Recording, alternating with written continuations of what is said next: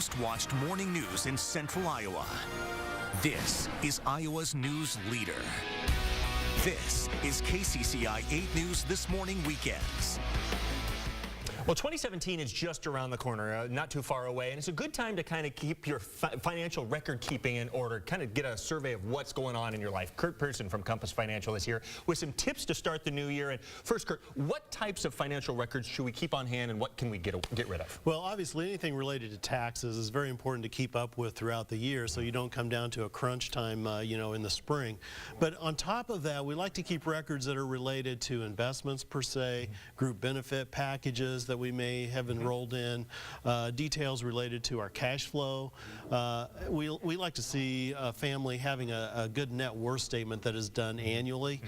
So those are some of the basic record keeping that we think are important. So once you have them in the house, what's the best way to organize them to make sure they're accessible, make sure you can get to them, and just have them handy? Well, they're obviously the old traditional paper files, but these days, of course, with digital storage, you can really consolidate and really keep things fairly well organized. Now, when it comes to certain types of records, you not only want to have them digital, but you also want to be able to sort and to sift to come up with important data that you may want to manage and take a look at. For example, on investments, we find it quite amazing that a lot of people don't know their exact investment returns for a 12-month period. And so you want to have the financial data not only organized, but you want it organized in a way so that you can glean data from it and you can get a true sense of really where you're at. And that's what I was going to say. Just having it in the house is one thing, but using it to your benefit can be something else. Right. I always like to say, people say, well, we keep good track of our cash flow, for example. Well, can you tell me, plus or minus a margin of error, what you spend on auto fuel so far year to date?